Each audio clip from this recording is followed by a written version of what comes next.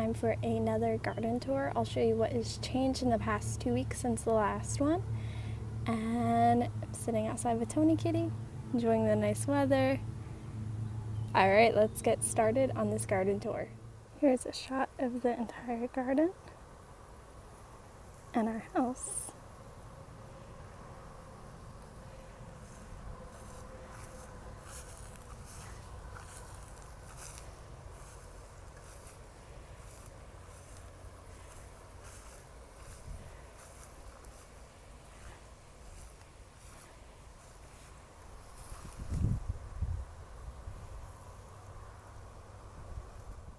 We have our first baby cucumbers, some on this plant. Our sunflowers have started to open. This is the first one to open. Let's see, we got some more getting ready too.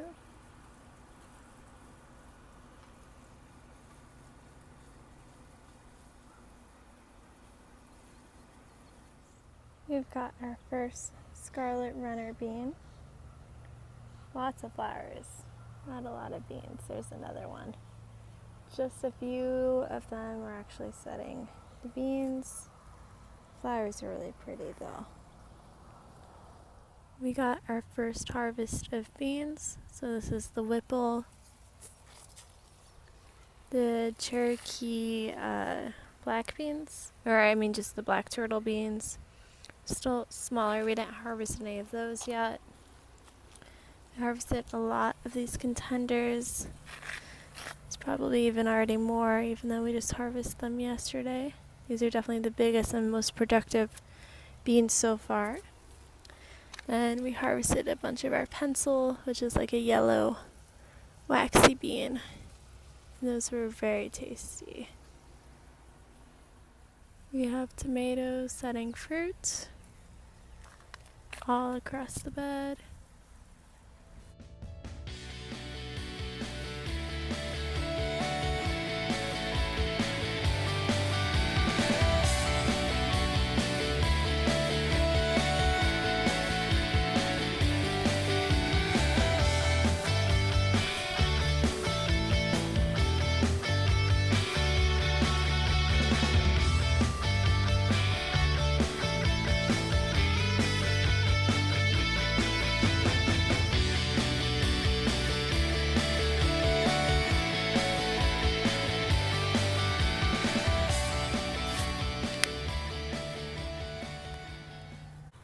The scarlet strawberries have started to put out runners.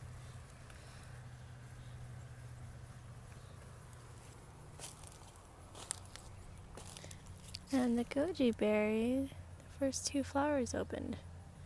Of that one and this one.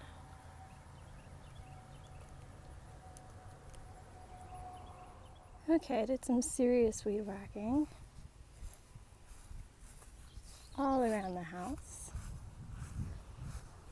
Earlier this week I harvested all my mint plants down to, well, minus the banana one. That one still looks really good. But all the ones that had woody growth, I cut them all back, dehydrated them, and now I have 2 quarts of tea. Here are 2 quarts of homegrown mint tea.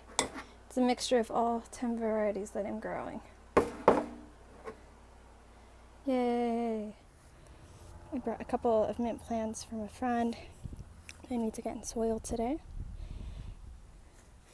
Some wild raspberries, wild blueberry. I don't think this guy's gonna make it. And then this is an alpine strawberry, as well as these 3 containers. We'll see if any of them survive. Yeah, the herb collection is doing well. I also went through and added more cardboard over here next to the garden, between the house and the garden. I'm still having Bermuda grass everywhere. Then I laid this door down on its side so I can keep my plants nice and level.